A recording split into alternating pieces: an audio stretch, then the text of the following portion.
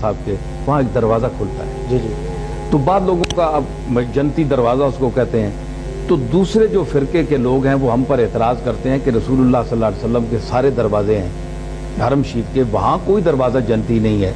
तो ये तुमने एक अपने बुजुर्ग का जन्नती दरवाज़ा बना लिया, क्या यहाँ से जो गुजर जाए बस जन्नती है, जो मर्जी करे? तो ये क्या फ़लसफ़ा है? तो मैं उनसे यही कहता हूँ कि ये मतलब नहीं है कि ये जन्नती है। हमारे हज़रत निज़ामुद्दीन औलिया एक बहुत बड़ी शख्सियत हैं, हम उन पर झूठ का वो इम्कान जो है वो उन पर नहीं तोहमत लगा सकते कि माज़अल्लाह उन्होंने इतना बड़ा झूठ बोला होगा। दूसरे दरीदा दान कह सकते हैं, हम तो नहीं कह सकते, नहीं है। तो इतना बड़ा शख्स कह रहा है कि मैंने रसूलुल्लाह को की ज़ियारत की, बाबा फरीद के उस दरवाजे पर खड़े थे और वो फरमाया कि मन दखल हाज़िहिल बाबा अमना, जो इस दरवाजे से दाखिल हुआ वो अमन में आ गया।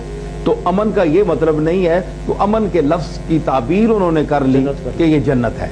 तो अब ये तो नहीं है कि जो उस दरवाजे से जो कुछ करके आया चलो तायब हो गया, अल्लाह की बारगाह में बाबा साहब से माफ़ी नहीं मांगनी है, माफ़ी अल्लाह से मांगनी है, क्योंकि आमाल का माफ़ करने वाला बाबा साहब या कोई और बुजुर्ग नहीं है, अल्लाह है।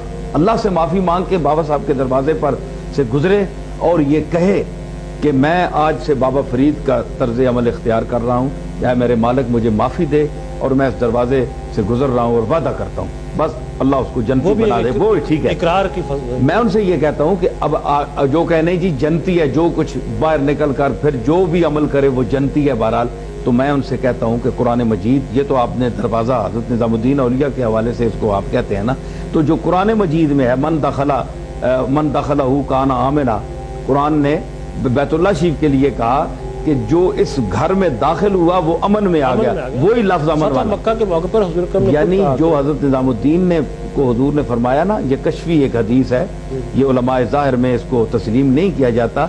ये सूफिया की दुनिया में हम चूँकि हज़रत निज़ामुद्दीन का एहतराम करते हैं इसलिए हम तस्लीम करते हैं कि हुजूर ने फरमाया होगा, लेकिन ज़ाहिर अहले हदीस जो हैं, हदीस वाले इस किताबों में इसका नहीं है, वो अमल नहीं होता। तो ये यहाँ भी लफ्ज़ आया कि वो अमना, कि मन दखला हाज़िहिल बाब अमना, जो फरीद के इस दरवाजे से दाखिल हो गया वो अमन में आ गया। तो कुरान मजीद भी कहता है मन दखलहू काना आमिना, जो बैतुल्लाह में दाखिल हो गया वो अमन में आ गया। तो अगर बैतुल्लाह में दाखिल होकर कोई शख्स हज करके बाद में वही चोरी चकारी करे, बदकारी करे, फिस्को फजूर करे, दुनिया का हर बुराई करे, तो क्या वो जन्नती होगा?